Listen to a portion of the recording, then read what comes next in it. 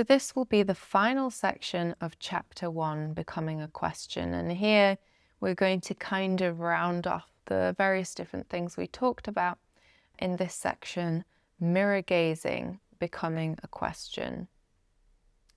This section is about the journey I take through and around myself when I gaze for a longer than usual amount of time at my reflection in the mirror. It aims to highlight one movement in particular made by that activity, the way in which I gradually go from regarding my reflection as an answer to a kind of question. This movement from the reassuring confirmation of a reflection as answer, a stabilizing reminder of each coordinate of my being, to the destabilizing possibilities opened by my reflection as a question, where the precise description of my being becomes less clear the longer I gaze at myself, provides me with symptoms of uncanniness and discomfort that suggest that I am being taken out of a normal relation with myself. And just as in the past, brains which had suffered exceptional trauma have through study provided neurologists with telltale symptoms spotlighting the functionalities of different parts of a healthy brain, usually invisible by the very seamlessness of their functioning, the uncanny symptoms of prolonged mirror gazing and the abnormal relations it constructs between gazer and reflection can perhaps offer a telling perspective on the mechanics of self in my normal day-to-day functioning as a soul among souls. In tracing the journey of the self-gaze from answer to question, I will reflect upon my own self-gazing experience, which in my practice occurs in the live video feedback from my camera as I film my improvised performances. Along the way, I will echo other self-gazers and estrangers, such as Luigi Pirandello's Moscarda and Bertolt Brecht. I suggest that our a priori assumptions about the mechanics of self affect how uneasy we might feel about becoming a question instead of an answer. The estrangement effect in mirror gazing. If you wanted to truly know thyself and get to the bottom of who you are once and for all, an obvious place to go looking for yourself would appear to be the mirror. In the mirror, you can see every part of your body reflected in full resolution. In particular, as Namwali Serpell reflects in a collection of essays on the valence and legibility of the face, when someone says, "Look at me," it is often their face that they are asking you to look at, and often they are saying it with an agenda in mind, whether it be loving or threatening. Similarly, when I decide to gaze at myself for a prolonged period in the mirror, on a quest to excavate myself from my reflection, I spend most of the time looking at my face as if that is where I will get the most convincing answer to the call to find myself. A glance is usually enough to reassure me of my whereabouts, a brief restoration of the knowledge that I am still here, still on this earth, moving about and doing things. The departure from this normal state of affairs, from the reflection as an answer, has occurred to me most powerfully in my hours of boredom, particularly childhood boredom, when there was more time to be bored. Looking at the mirror, I behold myself at first, but then gradually lose myself to a mask. The face I assumed to know so well starts to look like someone else's, or nobody's at all, as when a word's correct spelling suddenly looks unnatural on a page.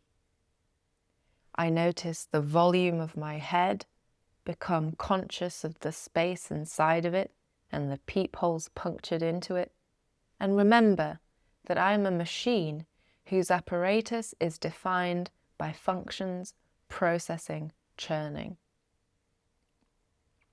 My face is the mask of a friendly robot, the supple skin a functional gauze exuding metabolic exhaust through its tiny pores. Somebody else could have easily worn this face. Indeed, my ancestors have to some extent already worn it, as my descendants will wear it. It is uncanny, defamiliarizing. From boredom, I seem to have launched myself into something approaching quiet terror. What is particularly unnerving about seeing myself in this way is recognizing in my reflection a being of potential, not of essence. The more I look searchingly into the reflection, at the self-regulating way the head bobs to hold its balance on the neck, at the slight muscle twitches caused by the breeze disturbing its whiskers, the more convinced I am that I'm not looking at myself at all, but at some kind of benign machine, subtly whirring in a state of standby, awaiting orders. One would have thought that a mirror would help me have myself, but in fact, it makes me see myself as an every person, a prop for becoming. It is interesting that this deep form of looking at oneself should lead to a feeling of self-estrangement, as if under that close gaze the person is lost. Perhaps a certain amount of distance from oneself is required in order for one to have oneself, to be self-possessed, to be a person. In Luigi Pirandello's novel One, No One and 100,000, the protagonist Moscarda arrives at a similar state of self-estrangement. After his wife points out to him an annoying detail about his nose that he had never noticed before, he becomes so disturbed by the idea that others may know him in a way that he does not know himself, that he begins a series of stringent experiments in seeing himself, with mirrors and reflective devices of various kinds featuring as the principal props. Being a wealthy heir, Moscarda also has a lot of time on his hands. In the following scene, he is trying to catch a glimpse of himself without himself present. That is, he's consciously trying to see himself in a state of unself-consciousness, as he would appear walking past a stranger, the stranger ignoring him and he ignoring them. He tries to peel back his self-conscious presentation before the mirror in order to finally arrive at himself without himself. So this is from Pirandello's book. This is Moscarda talking in the first person. And then I was filled with this truth that reduced my experiment to a game. All of a sudden, my face in the mirror ventured a sordid smile. "Be serious, fool," I cried at it then. "There's nothing to laugh about." In the spontaneity of this anger, the change of expression on my image was so immediate, and this change was so suddenly followed by a stunned apathy, that I could see my body detached from my imperious spirit. I saw it there, before me, in the mirror. Ah, at last, there it was, there! Who was it? It was nothing, no one, a poor mortified body waiting for someone to take it. "Moscarda," I murmured after a long silence. He didn't move. He stood, looking at me, dazed. He might even have a different name. He was there like a stray dog, without master and without name, that one could call Flick and another Flock, however they chose. He knew nothing, nor did he know himself. He lived to be living and didn't know he was living. His heart beat and he didn't know it. He breathed and he didn't know it. He moved his eyelids and wasn't aware of it. Prolonged mirror gazing has caused recognition to fall apart, and Moscarda has become a question. He has suddenly seen himself as a being of potential, not of essence. Like the mediums discussed previously, he describes this nameless self of his in the mirror as a vacant vessel awaiting possession. He is not used to seeing himself in this way, and getting there required some special feat of overcoming character, or at least appearing to have done so. This other Moscarda, zombie-like, is shocking for him to see. Self-evident, there in front of him in the mirror, but also utterly estranged from any way in which he normally perceives himself. Yet notice how he uses estrangement as an observational tool, enabling a kind of scientific inquiry into the self. We could liken this scientific utility of estrangement to dramaturgist Bertolt Brecht's aim to embed what he termed the estrangement effect in his theatre work. Brecht intended to estrange spectators from the norms of viewing theatre through the use of a series of aesthetic devices designed to disrupt and disorientate spectators' expectations about character, setting, and their own role as spectators. This, he hoped, would transform a Western spectator's experience of the theatre from one of passive reception to active critical inquiry, arguing that familiarity is the very thing which obscures socially conditioned phenomena from scrutiny. So, while Brecht's reading of Karl Marx's ideas about class consciousness has been widely noted to have influenced his motivation for making theatre self-conscious through the critical gaze of estranged spectators, Molly Kelly refers to phenomenology and the philosophy of Edmund Husserl to explain how estrangement might work to stimulate an attitude of critical inquiry in theatre spectators. The link between Brecht's estrangement and phenomenological methods is centered on the fact that both approaches aim to suspend or bracket, this comes from the language of phenomenology, those socially conditioned approaches to interpreting phenomena, such as a piece of theatre, while they are being experienced. So phenomenology is a philosophical discipline which attempts to open up the experience of being to scrutiny while you're being. And so there are techniques like bracketing in phenomenology, a way of kind of suspending an experience and opening it up to scrutiny by framing it in a certain sense. You may have heard of the phrase breaking the fourth wall. Brecht is famous for getting the audience to see the manufacture of theatre, and that was his way of getting the audience to not just be lulled into a state of just like accepting whatever's being fed to them on the stage, but making them actively participate. That was his theory anyway.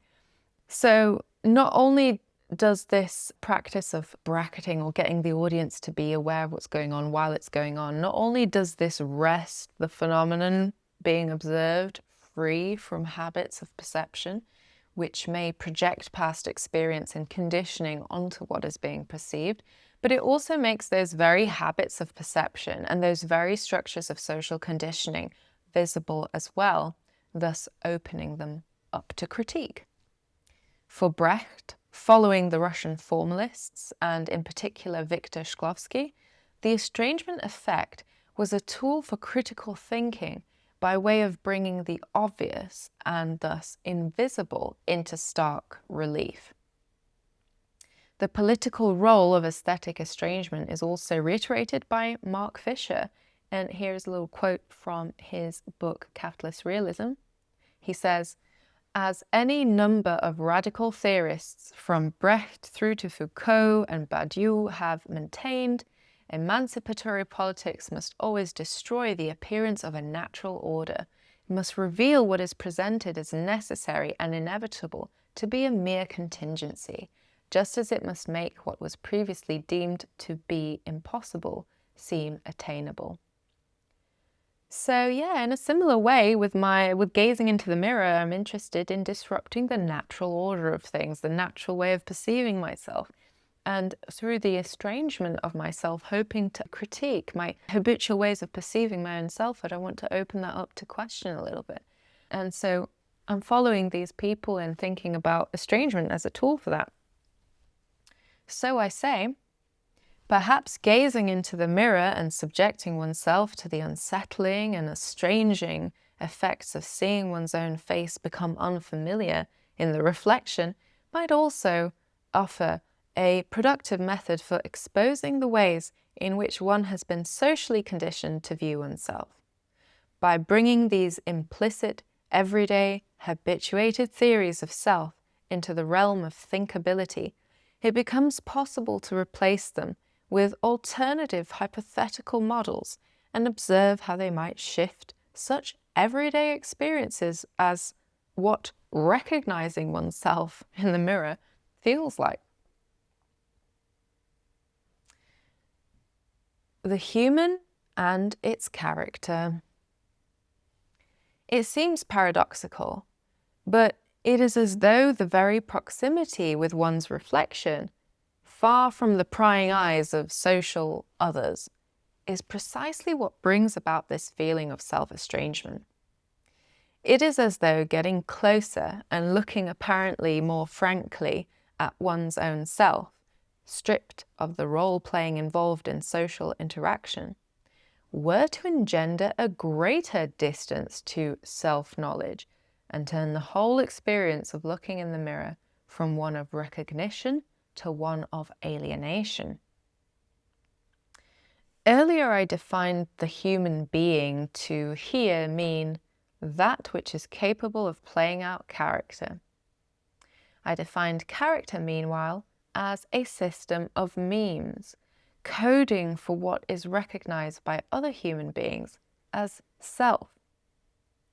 In later chapters 4 and 6, we will explore the special role of the social milieu, the social context, the social field in regulating human character, following the theory that self is a shared fiction that helps members of the human species predict each other's behaviors and thus organize at a social level.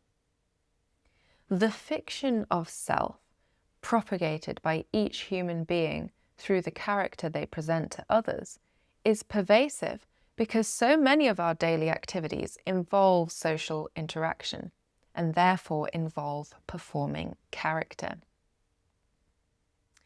For the same reasons that self-estrangement can be observed in order to study the self, Erving Goffman was interested in observing performance disruptions, or incidents he called them, in order to study the presentation of self in everyday life. So these were moments where the usually well-oiled performance of character in social settings broke down, often causing awkwardness, embarrassment, or conflict. And this is him talking about that. When such an incident occurs, the members of an audience, and remember, he's using theatrical analogies to talk about social situations. So an audience here means like your friends, your family, your co-workers, people who are watching you be yourself. They're watching you perform yourself. So when such an incident occurs, the members of an audience may discover a fundamental democracy that is usually well hidden. Whether the character that is being presented is sober or carefree, of high station or low, the individual who performs the character will be seen for what he largely is, a solitary player involved in a harried concern for his production. Behind many masks and many characters, each performer tends to wear a single look, a naked, unsocialized look, a look of concentration, a look of one who is privately engaged in a difficult or treacherous task. That look he's talking about is kind of the one I mentioned earlier in my sitting on a train analogy, where I see somebody daydreaming. They kind of stepped outside of the usual context of presenting for a social audience that unself-conscious look that you might see on somebody who's momentarily become detached from the social situation they're in. Is this naked, unsocialized look the look I saw in the mirror upon becoming estranged from myself? Is it precisely the removal of the social, and even as with Pirandello's Moscada, the eventual removal of myself as witness, through boredom perhaps, a slip in attention, which allows me a rare glimpse at myself as a machine, as a fundamental democracy, rather than as a particular character, as Katarina? Prolonged mirror gazing is a unique circumstance in which the usual presentation of self is punctured by the absence of the social milieu that usually regulates it. An idle human being is like an idle machine. It becomes objectified by its idleness.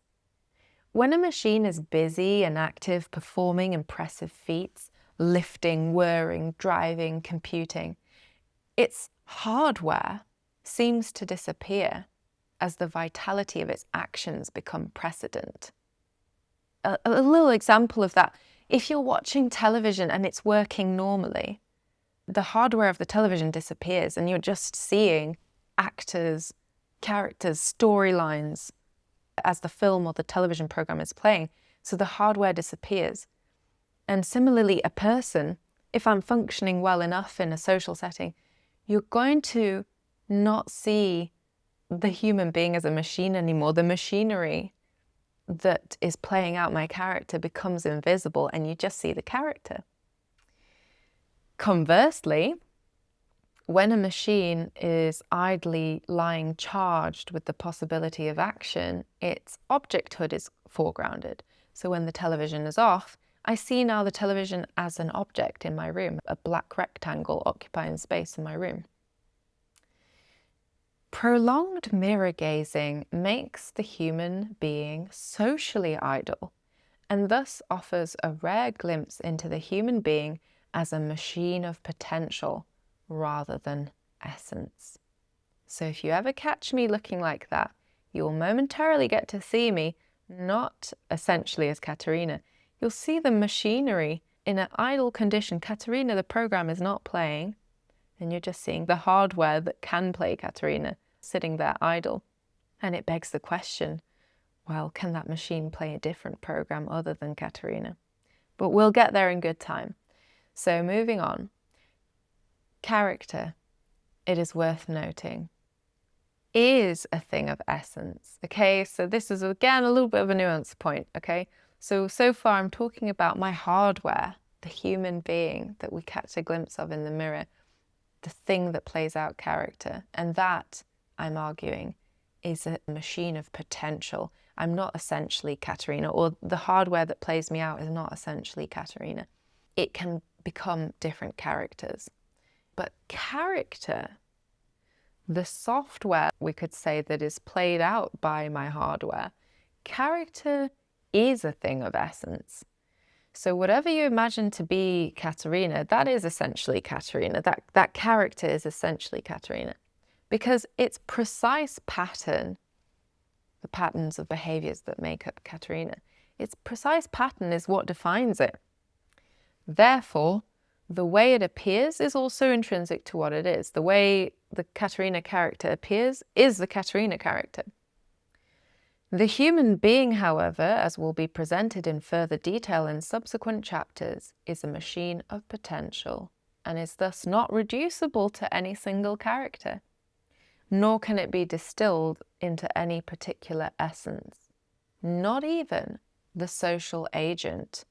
This is a particularly important kind of character that we will look more into.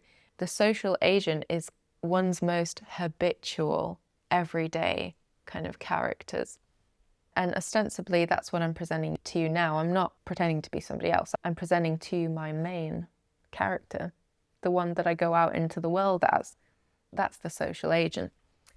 So, social agent is an important, very, very important character.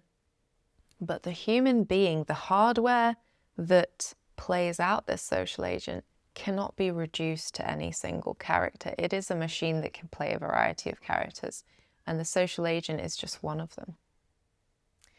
So self-estrangement provides a chance to temporarily see oneself as a character machine, where normally that machine is too animated by character to be perceived as such, just like my television is normally too animated with pictures to be seen as a television when we're watching it. And so gazing into the mirror for a long time, you can try it, will enable you to see the television behind the pictures that are playing on that television, and you can see yourself as a machine. Okay. Becoming a question.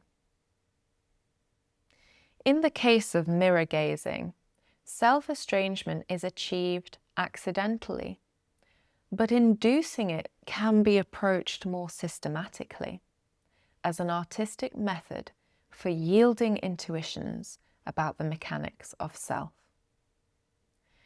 It is artistic because it tampers with aesthetics and is generative of new aesthetic tools, enabling a viewer in the vicinity of the artwork to question established intuitions about the self and in turn generate new ones. An activistic spirit of estrangement, familiar to other approaches in art, such as fluxus. The performance practice presented in this thesis is offered as a philosophical gym in which a viewer may flex their intuitions about the mechanics of self, just as the practice has enabled me to flex my own. Like mirror gazing, self-estrangement in my performance practice is a means of turning myself from an answer into a question. As explained in the first section of this chapter where I was talking about how I make my performances, a performance session begins with a process of self-estrangement, achieved by gazing at my reflection in the video feedback monitor of my camera, which literally could just mean my phone. So I'm looking at my phone, I can see myself, and I'm kind of doing what happens when you look at yourself in the mirror for too long. Self-estrangement kicks in, I start to see myself as a machine. Both the mirror gazing session and my performance sessions, which almost always occur in deepest privacy, involve perceiving myself in a scenario removed from the everyday social milieu, as if temporarily suspending it. This period of self-estrangement can be seen as analogous to the process of preparing the ground familiar to other artistic disciplines, such as painting. So if you've done any painting before, the process is normally that you have to prepare a surface on which that painting is going to materialize. So there's a whole procedure that happens before you can even start your painting, where you're stretching the canvas over a stretcher. And normally you're priming the surface as well with some kind of substance that is going to receive that paint later on. It's like you're preparing your surface for your work. And something similarly is happening in my performance practice, where self-estrangement is kind of preparing the ground for the character. It's kind of wiping the slate clean. With my social milieu suspended and my camera witness patiently waiting, the camera's waiting there, waiting for me, the character that normally stands in for me within the social milieu is temporarily abandoned, and my spectrum of possible behaviors seems to subsequently widen. My person ceases to be an answer to the call of the social other, and instead becomes a question. And this is a very exciting feeling, I have to say, in the work. I can now become somebody else. There is nobody there requiring me, there is no police officer or colleague or shop cashier waiting for me to inhabit the expected character. I am free from that, I'm suspended from that, And I can abandon temporarily that habitual character, that social agent, and become a question and start searching for an alternative character to be for a while. Within this suspended moment between starting a recording and settling into the character who will be the protagonist of the video, I enter the initializing character. So I'm calling that priming period where, I'm searching for who I'm going to become in the video. Let's call that the initializing character. And I mentioned that a little bit in the first section, that it is almost as though I'm entering a moment, just like a machine that's starting up a new program, it enters a moment of initializing. It is as though I've reverted to the main operating system of my machinery in order to choose a different application. That's another way to look at it. So the performance then goes further by providing me with a different answer to the one I started with, and can in this way more accurately be described as an exploration of the movement between becoming an answer and becoming a question. So the practice seeks to gain access to the hardware of character and explore its versatility. From this vantage point, I can then begin to ask new questions, such as whether we might wish to care about that poor, mortified body, the machine-like human being lurking behind character.